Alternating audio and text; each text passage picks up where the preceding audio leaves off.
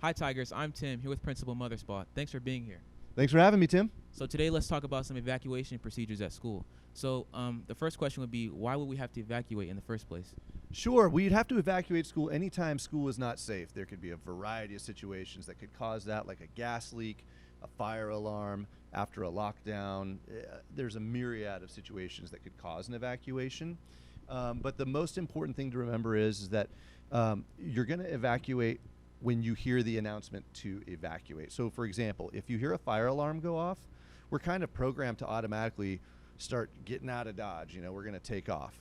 But before we do that, we have our campus safety staff checking the campus to make sure that where we're going to is safe before we go there. We don't want to go evacuate into a dangerous situation. So it's really important to wait for evacuation until everybody hears the evacuation announcement.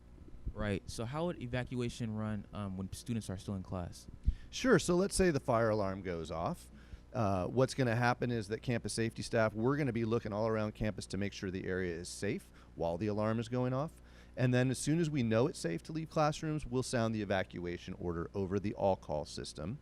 And then what'll happen is you're going to stay with your class. It's really important to stay with your class because your teacher can help keep you safe. You're going to stick with your class. You're going to walk out to the stadium. That's our evacuation area. And we have a map for all of our teachers where there's a row in the bleachers for every single class that'll be labeled. So you're going to go with your class out to that area. You're going to sit in that row. Some classes might be on the actual field, like PE's on the field. Some of our new portable buildings are on the field.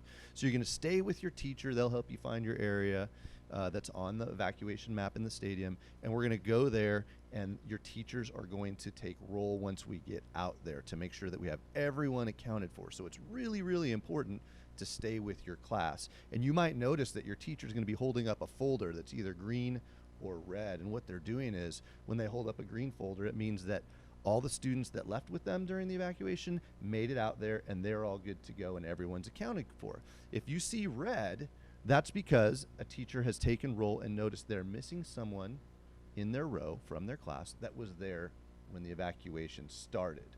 Don't be that person because you decided to go hang out with friends. What that's really designed for is when we see a red, we're thinking, did someone get injured along the way? Who is that person?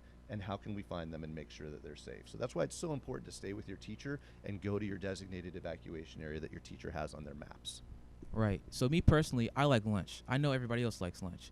So let's say I'm at lunch. How would I evacuate? I like lunch too, and nothing's worse than getting your sandwich break interrupted. So remember we talked about when you evacuate, it's really important that we have everybody accounted for, and your teacher's going to take roll. So if you think about during passing period or lunch, where is the last place that a teacher took attendance? And that's going to be at the last class that you attended.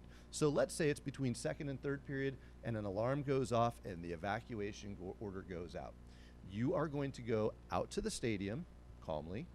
You are going to go to the area where your second period teacher evacuates to, because they're going to know who's at school and who's not, who should be there.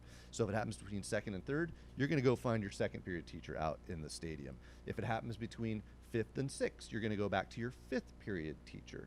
And if it happens at lunch, depending on which lunch you have, you're going to go find your teacher for the class that you had before lunch. For some people, that's going to be your third period teacher. For some people, that's going to be your fourth period teacher.